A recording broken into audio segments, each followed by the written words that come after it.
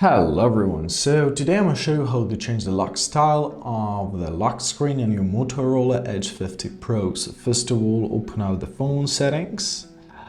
Now after you've opened up your phone settings, you gotta find Home and Lock Screen. Tap Lock Screen, and here you gotta press Customize Lock Screen.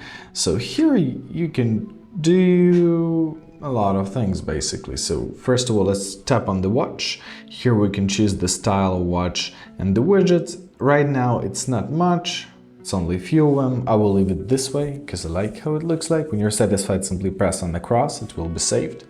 Now at the bottom side we can choose a notification style, list, bubble or chip. I leave it as a list because I think it looks way cooler this way.